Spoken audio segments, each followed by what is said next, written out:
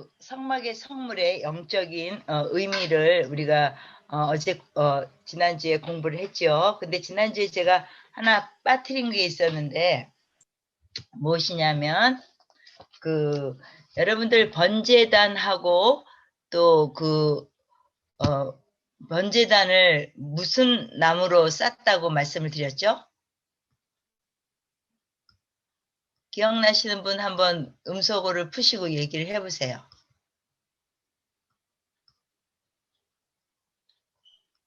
번제단을 무엇으로 쌌다고 말씀을 드렸는지.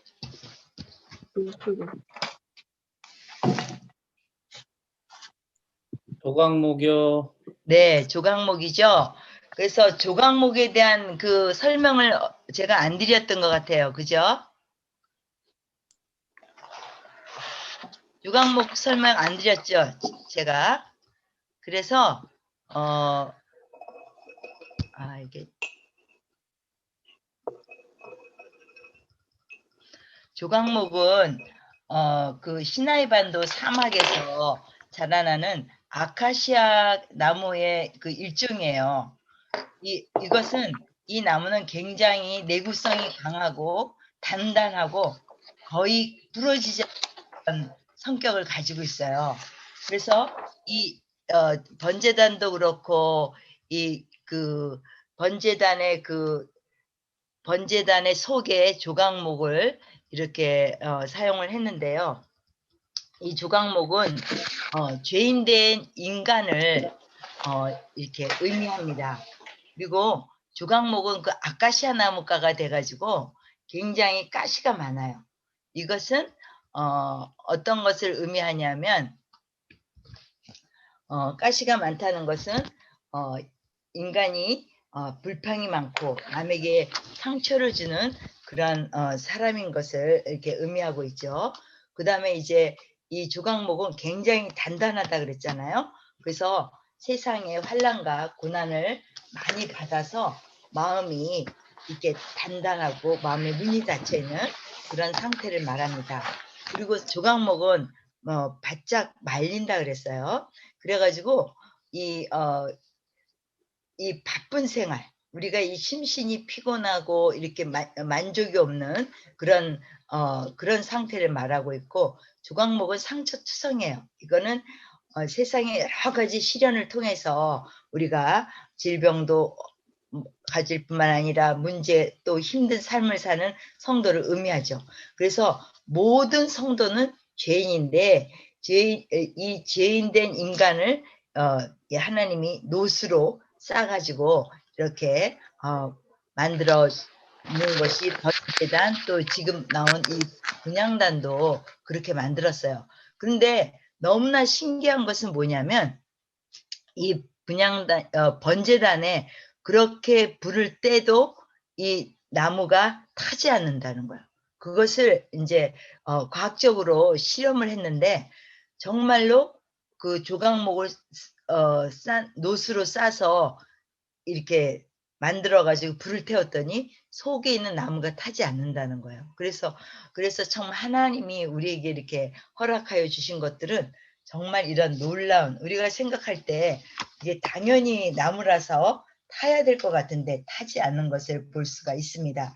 그래서 이렇게 이제 조각목으로 만든 번제단은 쉬지 않고 이렇게 불을 태워야 되고, 또 이렇게 태워야만 또 제물을 하나님 앞에 올려드릴 수가 있었죠. 그래서 어떤 제사장도 이제 성막문을 들어오면 번제단을 지나서 이렇게 번제단을 지나야만 지성소로 갈 수 있다. 그렇게 그래서 모든 영혼들은 정말 이렇게 번제단을 통해서 우리가 하나님 주님으로부터 구원을 받는 그런 성령 세례를 받아야만 구원에 이를 수 있다라고 제가 말씀을 드렸습니다. 그리고 이제 오늘부터는 뭐를 배우냐면 그 분향단에 대해서 여러분과 함께 나누기를 원합니다. 분향단은 이렇게 생겼어요. 그러니까 가로 세로가 1규빗, 이렇게 1규빗으로 생겼는데요. 분향단은 위치가 어디에 있냐면 이렇게 성소에서 지성소로 들어가는 그 휘장 앞에다 이렇게 분향단을 올려 앞에 넣습니다. 그리고 분향단에서는 항상 향기가 이렇게 나와서 이 향기가 지성소 안으로 들어가죠. 그래서 성도의 기도는 하나님의 인재 가운데 늘 깊숙이 들어갈 수 있습니다. 계시록 5장 8절에도 보면 그 두루마기를 취하심에 내 생물과 24장로들이 그 어린 양 앞에 엎드려 각각 검은고와 향이 가득한 금 대접을 가졌으니 이 향은 성도의 기도들이다. 또 계시록 8장 3절에서 또 4절도 보면 이 성도들의 기도에 대해서 이렇게 기록된 것을 볼 수가 있습니다.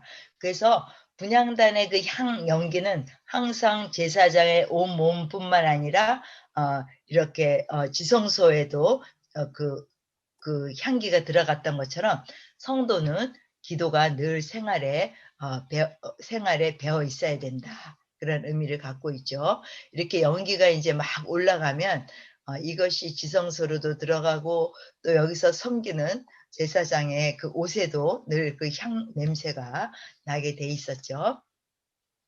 분향단은 이제 조각목에다가 정금을 덮어 만들었습니다. 번제단은 놋을 덮어 만들었지만 분향단은 이제 그 성소 안에 있는 모든 그 기구들은 정금으로 만들어졌어요. 아까도 말씀드렸듯이 조각목은 제 많고 삼행처 투서인 성도를 의미하고 있죠. 그리고 조각목에 금이 입혀졌다는 것은 성도들에게 정말 금 같은 믿음이 생기는 것을 의미하고 성도는 믿음으로 기도를 해야 합니다. 그리고 분향단에 만든 금이 100% 정금을 가지고 사용했다는 것은 기도할 때 우리가 아무런 의심 없이 기도해야 됨을 말씀하고 있죠. 야고보 1장 5절에서 8절에도 5절에 누구든지 지혜가 부족하거든 모든 사람에게 후히 주시고 꾸짖지 아니하시는 하나님께 구하라. 그러면 주시리라 라고 말씀하시면서 오직 믿음으로 구하고 조금도 의심하지 말라. 의심하는 자는 마치 바람에 밀려 요동하는 바다 물결 같다라고 이렇게 말씀하고 계세요. 그 다음에 목사님, 네. 지금 들어오고 싶어 하는데 수락 좀 해주세요. 잠깐만요. 이게 어떻게 우리 에녹 집사님 좀 열어주시겠습니까? 저는 돼요, 이제. 언제 들어오셨어요, 에스더 권사님? 네네, 잘 들려요, 이제. 오케이. 그 다음에 에녹 집사님 또 딴 사람 들어오고 싶은 사람이 있으면 제가 지금 PPT를 찬양 끝나셨어요? 네, 찬양 끝나고 지금 시작했어요. 지금 이제 들리네요. 감사합니다. 예.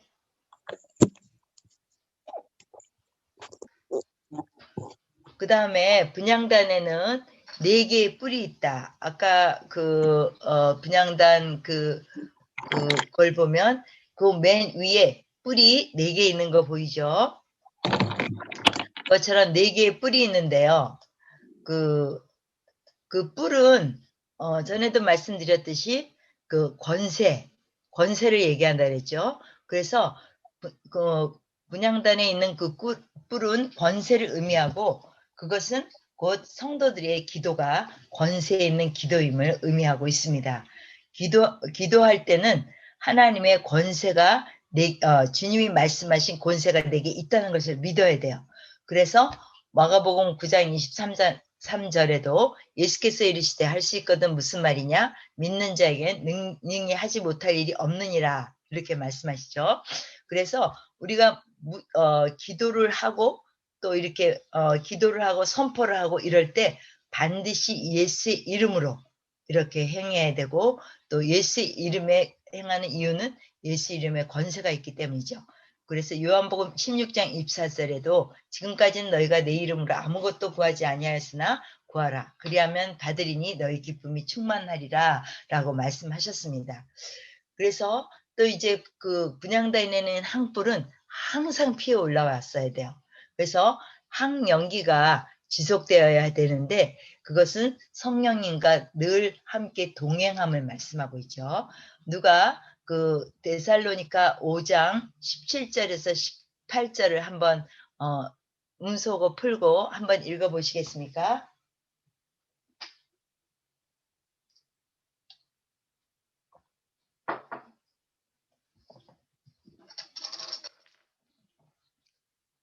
한번 읽어보시죠. 데살로니가 전서 5장 17절에서 18절. 쉬지 말고 기도하라. 범사에 감사하라. 이것이 그리스도 예수 안에서 너희를 향하신 하나님의 뜻이니라. 예, 골로새서 4장 2절도 한번 해보세요.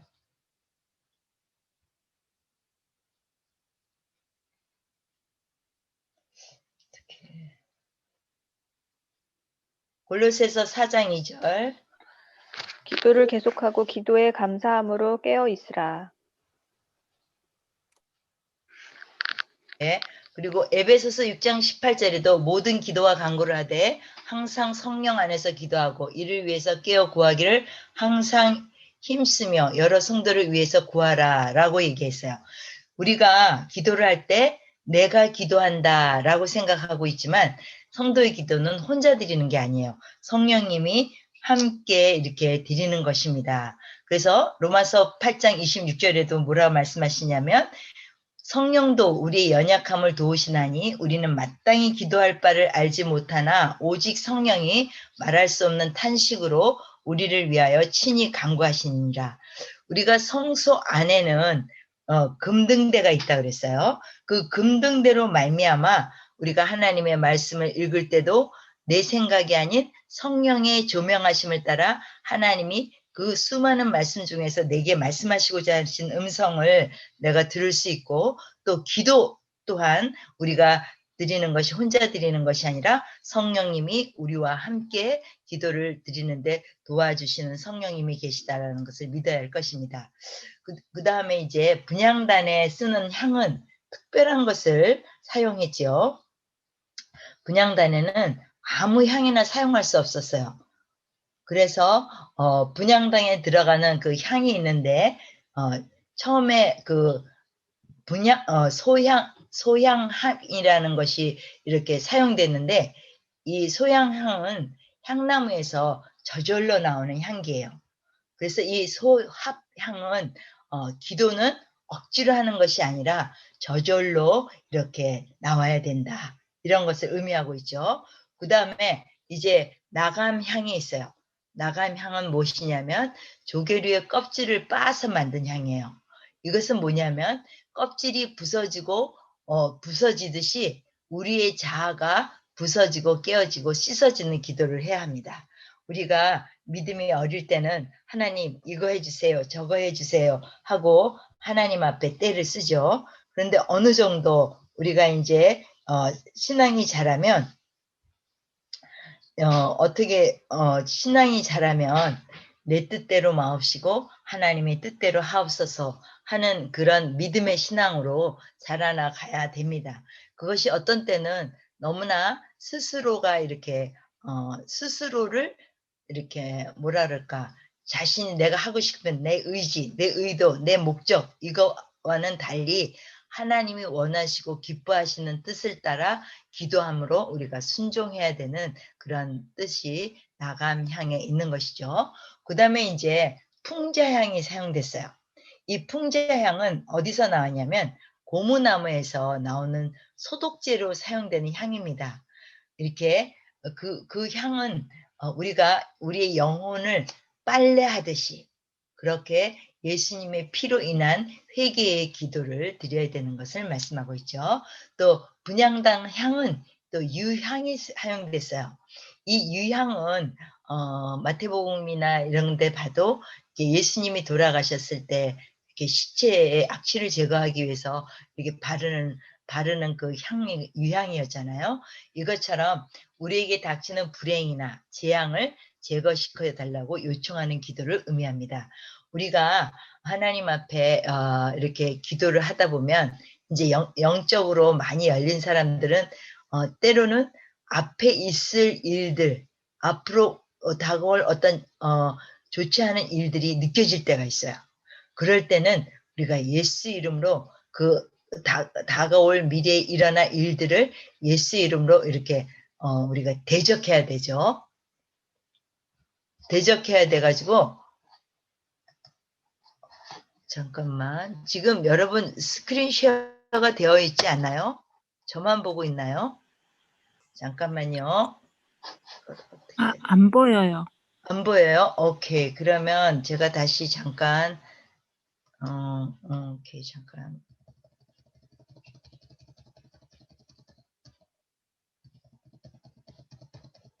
나가는 방법을 제가 지금 몰라가지고 앞으로 가야 되는데 조금만 기다려 주세요. 저는 열심히 하고 있었어요. 지금 다 보이는 줄 알고. 제가 드린 그 과제물에 있긴 한데요. 잠깐만요. 어떻게 가야 되나.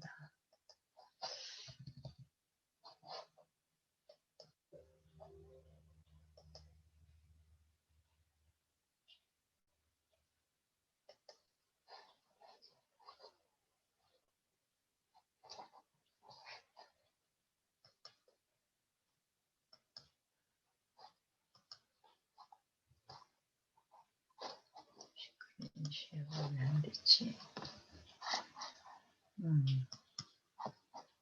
잠깐만.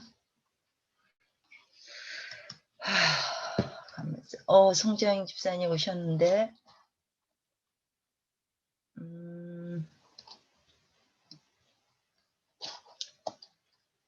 잠깐만요, 여러분. 죄송합니다. 지금 못 들어오고 계신 분이 있네요. 다 들어오셨어요, 목사님? 다 들어오셨어요?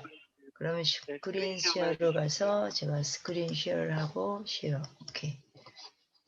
그리고 쭉, 그랬구나. 나 혼자 열심히 보고 했네. 오케이.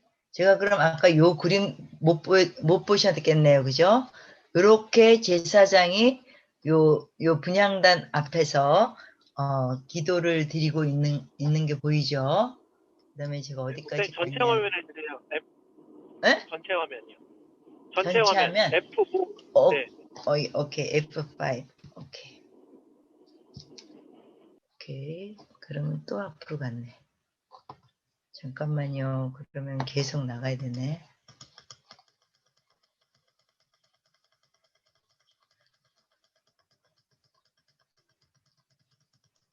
죄송합니다. 오늘 제가 실수가 많네요.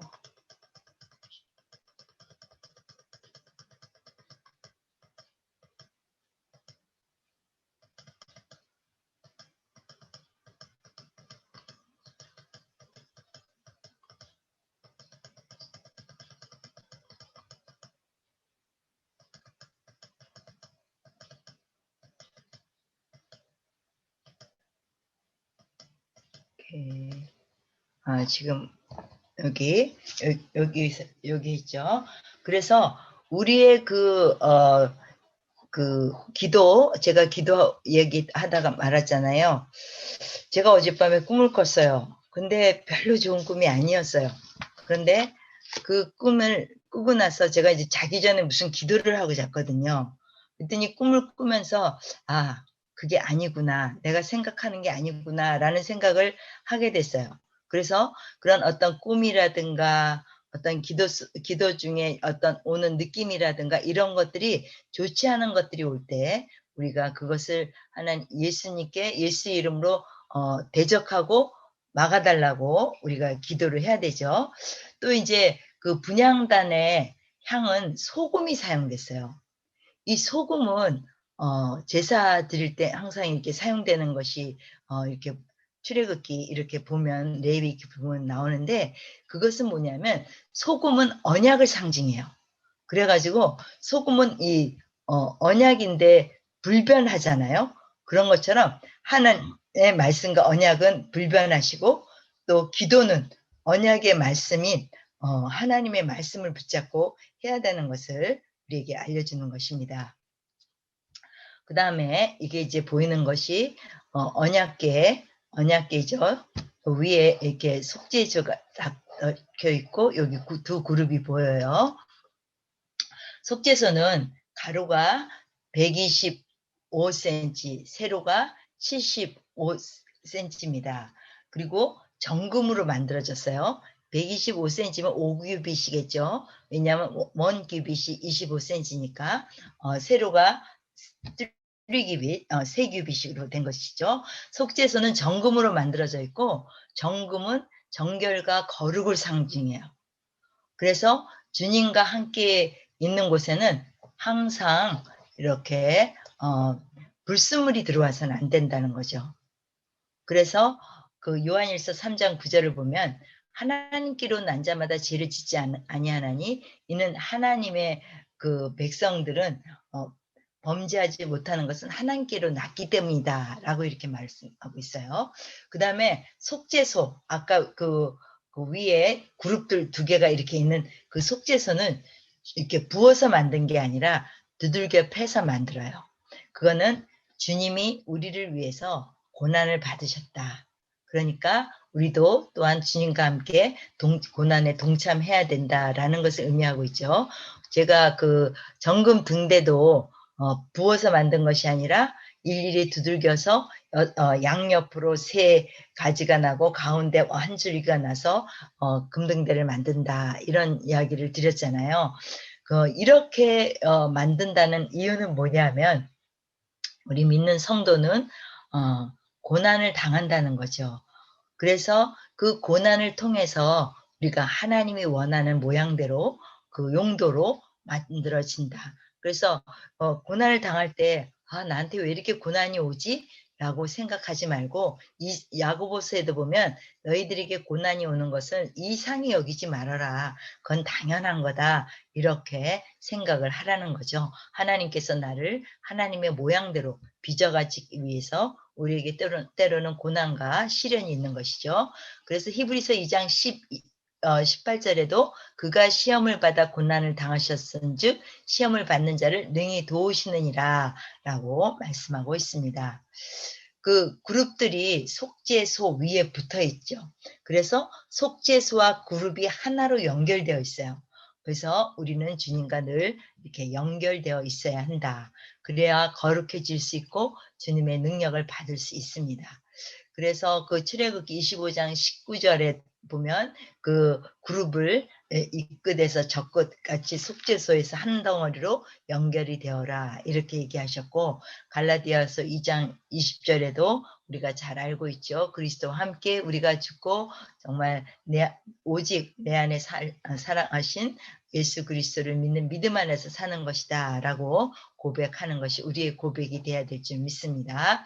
그리고 이제 그룹은 2날개를 활짝 펴고 있어요. 이렇게 천사들이 2날개를 활짝 펴고 있는데 그룹이 날개를 활짝 핀 것은 하나님의 영광을 상징하고 있는 것입니다.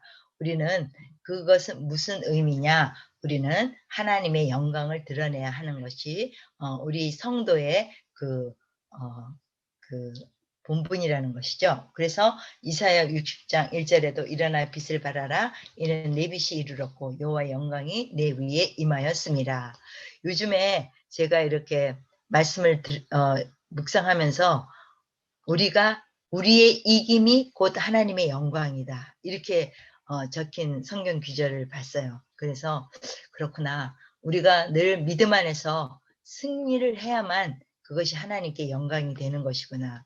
우리가 지면 그것은 하나님께 영광이 되지 못하는 것이죠. 그러나 우리가 성령을 의지하고 믿음 가운데 말씀을 가지고 승리할 때 그것이 곧 하나님께 영광이 되는 것인 줄 믿습니다. 그리고 이제 그룹은 고개를 숙이고 속죄소를 바라봤어요. 그래서 우리는 항상 주님을 경외하고 겸손한 마음으로 하나님을 섬겨야 된다는 것을 의미하고 있죠. 그 다음에 이제 이 법궤 안에 여기 위에 있는 게 그룹이고 이 덮여 있는 게 이 언약궤를 덮고 있는 것이 속죄소이죠. 그런데 이제 법궤 안에 무엇이 들어있는가 한번 보기를 원합니다. 그리고 우리가 그 제사장이 피를 가지고 이제 들어가면 속죄소에다가 그 짐승의 피를 뿌렸어요. 그것은 속죄소에 피를 뿌려졌다는 것은 속죄를 의미하고 있죠. 그래서 우리는 예수님의 보혈을 통해서 우리의 죄 사함을 받는다는 것, 로마서 3장에도 기록되어 있고 이사야 59장에도 기록되어 있습니다. 속죄소에 뿌려진 피는 주님의 피를 상징하고 있고요. 유월절 양의 피도 주님의 피를 상징하고 있습니다. 성전에서 뿌려지는 모든 피도 주님의 피를 상징한다고 우리가 이전 시간에 배웠죠. 특별히 이 속죄소에 뿌려지는 피는 주님의 보혈을 의미하고 있어요. 주님의 보혈을 통하지 않고서는 하나님의 영광을 체험할 수 없다. 또 속죄소에는 이제 뭐가 들어있냐면 그 십계명이 들어있어요. 십계명은 어느 누구도 지킬 수 없다. 로마서 보면 의인은 없나니 한 사람도 없다라고 얘기하는 것은 무슨 의미냐면 하나님이 주신 법칙을 언약을 우리 인간으로는 100% 100% 지킬 수 없다는 거죠. 율법은 99%만 지키면 뭐 안 지키는 거예요. 100% 지켜야 지킬 수 있는데 그렇기 때문에 그 언약계 안에 들어있는 그 하나님의 말씀, 인간 스스로가 지킬 수 없기 때문에 그리스도의 보혈로 우리를 덮어주시는 거예요. 그래서 우리의 모든 죄를 속하여 주는 것을 말씀하고 있죠. 그리고 속죄소에는 누가 들어갈 수 있어요? 1년에 한 번. 모세는 지성소에서 늘 하나님과 대면하고 이렇게 말을 또 하나님으로부터 음성을 듣고 그 음성을 이스라엘 백성에게 전하는 자였어요. 그런데 모세 이후로는 이제 아론의 그 반차에 따라서 세워진 대제사장이 1년에 한 번 속죄일 날 7월 10일 날 지성소로 들어갈 수 있었죠. 그래서 이 거룩해지지 않으면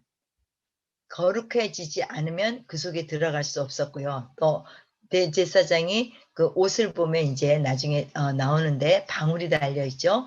그 대제사장이 움직이는 방울 소리가 들리지 않으면 대제사장이 거기서 죽은 것으로 알고 그 사람들이 꺼집어냈어요. 그래서 거룩한 자만이 주님의 보혈을 체험할 수 있다. 그래서 주님의 보혈로 우리는 거룩해지고 주님의 보혈이 우리의 삶에 매우 중요하다. 그래서 히브리서 9장 7절에 보면 오직 둘째 장막은 대제사장이 홀로 1년에 한 번에 들어가서 백성의 허물과 자기의 허물을 위해서 피를 들여줬다라고 히브리서에 말씀하고 있죠. 여러분, 우리가 어떻게 거룩하게 될 수 있을까요?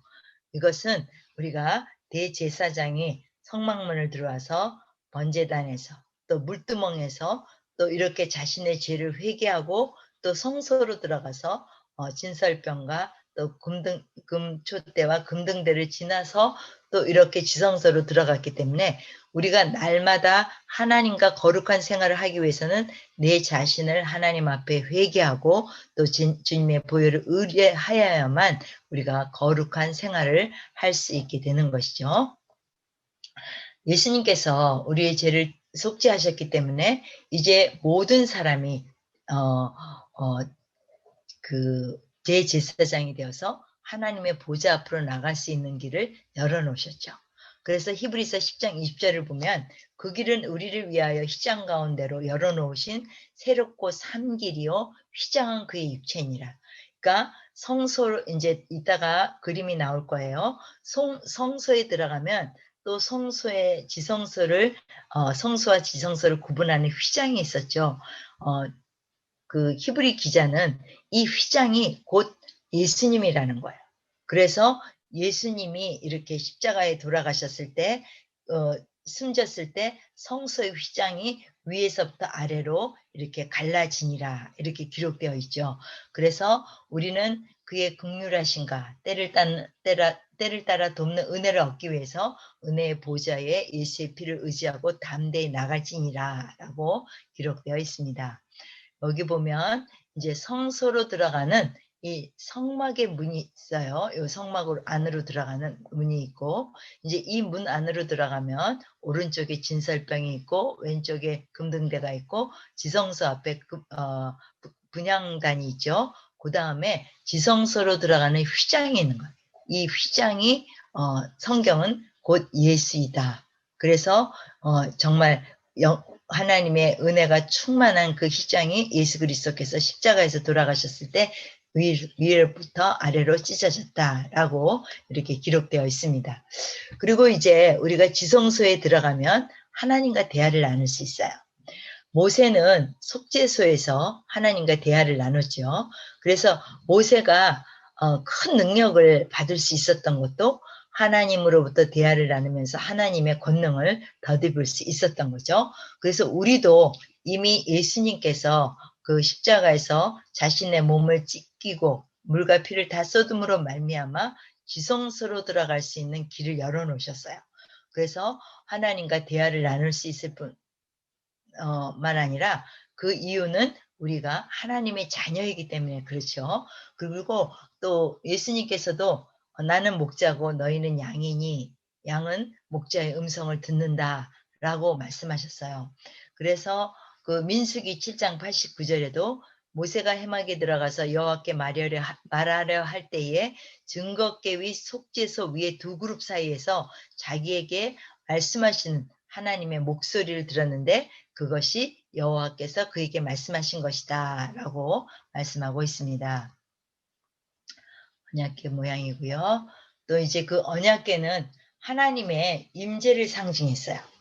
그래서 구름 기둥과 불 기둥을 통해서 언약궤 그 지성소 안에는 등대가 없잖아요. 그러면 대제사장이 어떻게 들어가서 거기서 하나님 앞에 이렇게 이렇게 예식을 할 수 있을까요? 그 안에는 언약궤 위에 불 기둥과 구름 기둥이 있어서 지성소 안을 밝혔어요. 지성소 안에는 그 어떤 불을 밝힐 수 있는 도구나 기구가 없었기 때문에 이렇게 그 불기둥과 그 구름 기둥으로 이렇게 볼 수 있었던 것이죠. 그래서 하나님이 그 영광을 체험하며 살아가는 사람은 항상 빛 가운데 있기 때문에 근심, 좌절, 슬픔, 우울, 절망 이런 것들이 우리에게 있다는 것은 어둠이 있다는 거예요. 그래서 여러분들이 영적으로 분별하고 이런 감정이 나를 덮어씌려고 할 때 이것을 예수 이름으로 대적해야 합니다. 그래서 대제사장이 피 뿌리는 의식, 속죄소 위에다 피를 뿌려야 됐죠. 그것은 불기둥으로 인하여 밝혀졌기 때문이다. 그래서 이사야 58장 8절에도 보면 뭐라고 기록되어 있냐면 내 빛이 새벽같이 비칠 것이고 내 치유가 급속할 것이며 내 공의가 내 앞을 향하고 여호와 영광이 내 위에 호위하리라 이렇게 말씀하신 거예요. 여기 그림을 보면 광야에 이제 성막이 이렇게 지어져 있죠. 여기 하얗게 이렇게 되어 있는 것은 휘장이에요. 성막을 덮고 있는 휘장. 이 세마포 휘장은 세상과 구별되는. 그래서 성막으로 이렇게 여기를 이렇게 싸고 있는 것이죠. 여기가 가로가 50규빗, 세로가 100규빗으로 되어 있습니다. 그리고 여기 이제 성막이 세워져 있는데 요 뒤쪽으로 보면 구름 기둥이 막 올라온 게 보이죠. 그래서 이 구름 기둥과 불 기둥이 올라오는 곳이 지성소가 있는 곳이라는 거예요. 그래서 구름 기둥과 불 기둥은 언약궤와 연결이 되어 있고 성막이 이동할 때 구름 기둥과 불 기둥도 이동하였습니다. 그래서 이것은 무엇을 의미하냐면 성도는 항상 하나님과 함께 해야 된다는 거예요. 그래서 출애굽기에 보면은 이스라엘 진압으로 가던 하나님의 사자가 그들을 뒤로 옮겨가며 옮기고 또 뭐 구름에 흑암이 있고 이런 모든 것들이 하나님이 우리를 인도하시고 이스라엘 민족을 인도하는 것을 의미하고 있습니다. 언약궤는 지성산의 핵심이죠. 그래서 언약궤를 통해서 하나님의 임재를 체험할 수가 있어요. 그러면 언약궤 안에 무엇이 들어있는가? 이 언약궤 안에는 여기 그림에 보면 이렇게 비석이 보이고 여기 아론의 지팡이가 보이고 이렇게 만나 항아리가 보이는데요. 사실은 이건 그림인데 보면 그 언약궤가 아까 제가 길이가 125, 넓이가 75규빗이라 그랬죠. 그래서 아론의 지팡이가 들어갈 수 있는 사이즈가 아니에요. 그래서 그 성막에 있는 언약궤는 천국에 있는 언약궤의 모양이었다. 히브리 8장 5절을 보면 하늘에 있는 모형과 그림자를 모세가 보고서 그것을 본을 따라 지은 것이 성막이다. 그리고 천국에서도 언약궤를 중심으로 하나님께 예배를 드리게 되어 있어요. 그리고 그렇기 때문에 우리가 이 땅에 살 동안도 교회를 중심으로 하나님께 예배를 잘 드려야 되죠. 계시록 11장 9절을 보면 하나님의 성전이 열리는데 성전 안에 하나님의 언약궤가 보인다고 기록이 되어 있거든요. 그러니까 언약궤가 하나님의 성전에도 있어요. 그래서 또 그뿐만 아니라 계시록 21장 3절에도 보면 하나님의 장막이 그들과 함께 있다. 하나님의 백성들과 함께 있어서 하나님은 그들의 백성이 되고 그들은 하나님의 백성이 된다라고 계시록에 기록되어 있어요. 여러분들이 창세기를 보면 그 에덴 동산은 하나님이 임재가 충만했던 곳이죠. 그것은 정말 죄가 없던 아담과 하와와 함께 하시는 하나님, 임마누엘 하나님이 그 에덴 동산에서 함께 있었던 것. 그러나 죄를 범함으로 말미암아 거기서 쫓겨나서 다시 출애굽하고 난 후에 하나님께서 성막을 모세에게 보여주시고 그것을 짓고 이제 그 성막의 안에 하나님의 임재를 허락하여 주시고 성막을 통해서만 하나님이 구원을 허락하여 주시고 만나 주신다는 그런 약속을 모세를 통해서 하게 되신 것이죠. 구름기둥과 불기둥은 항상 언약궤와 있었고 또 이것은 하나님의 영광이 언약궤 위에 항상 있었음을 의미합니다. 그래서 날마다 우리는 하나님의 영광을 체험하기를 사모해야 돼요. 그리고 출애굽기 40장 38절을 보면 이제 모세가 얘기한 모든 성막을 이스라엘 민족이 다 지었어요. 그랬더니 낮에는 여호와의 구름이 성막 위에 있고 밤에는 불기둥이 있어서 정말 그 구름 가운데 있음을 이스라엘 온 민족이 보았다는 거죠. 그러니까 출애굽한 모든 그 이스라엘 민족들은 하나님의 그 임재, 하나님의 현현, 하나님의 음성 이런 것들을 들었던 그런 사람들이었어요. 그리고 이제 성막이 이동될 때 언약궤를 두 개의 그 기둥을 이렇게 고리를 만들어서 막대기를 꽂아 들고 가는 사람들 레위 지파가 있었죠. 제사장들이에요. 그리고 정결하고 거룩하지 못한 자는 언약궤를 만질 수가 없었고 언약궤의 축복을 받을 수도 없었다.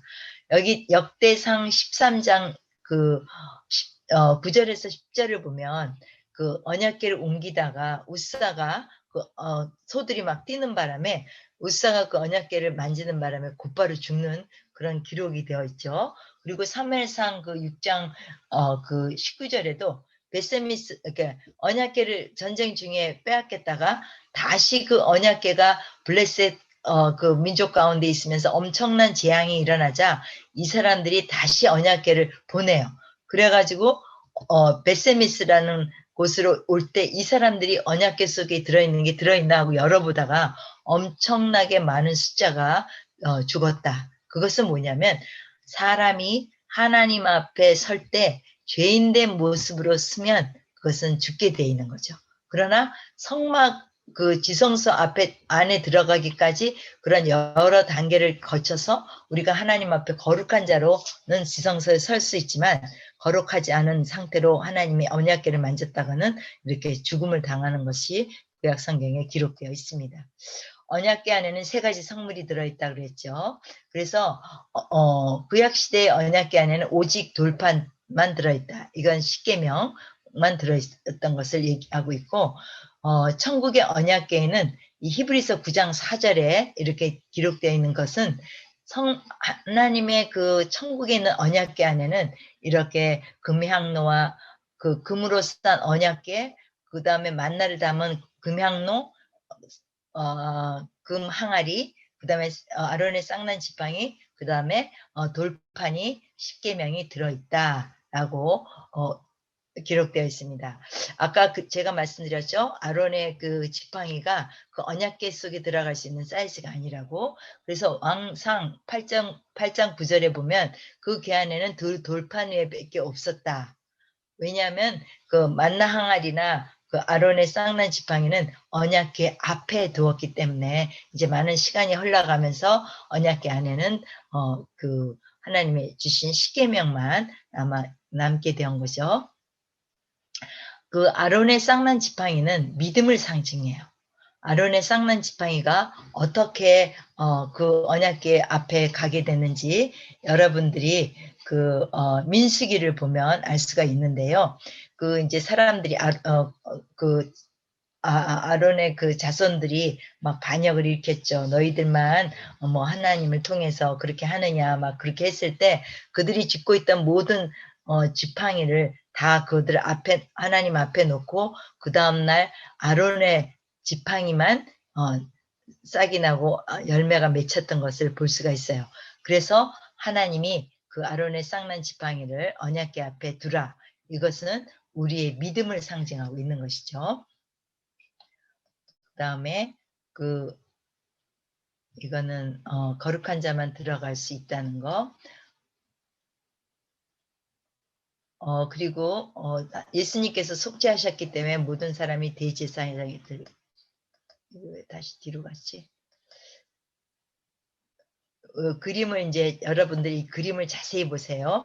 여기가 들어가는 입구의 그 문, 이 성막문도 예수님을 상징하고 있고, 번제단에서 내가 하나님께 헌신하고, 물두멍에서 세상에 살면서 지은 모든 죄를 낱낱이 고백하고, 성막 속에 들어가서 진설병과 또 금등대와 분향단과 언약궤에 있는 언약궤, 법궤가 여기 있는 것을 이렇게 볼 수가 있습니다.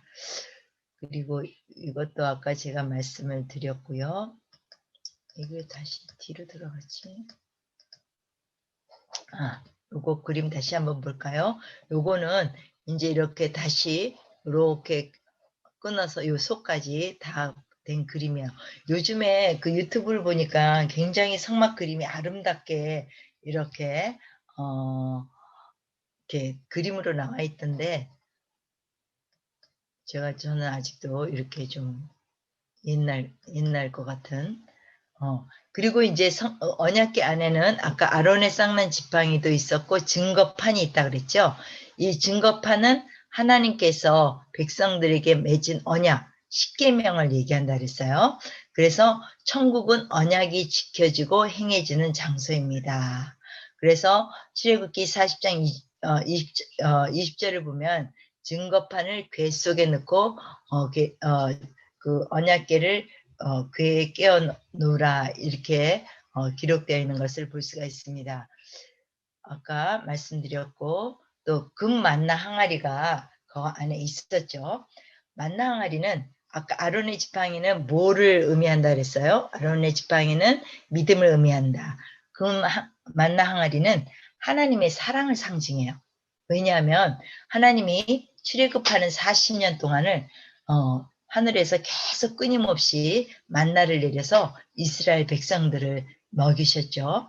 그리고 하나님은 우리의 생명의 양식, 이거 생명의 양식이, 그러니까 내가 내 살을 먹고 내 피를 마시지 않으면 나와 상관없다라고 예수님이 말씀하신 것처럼 이 만나가 곧 나를 의미한다 그렇게 얘기했죠.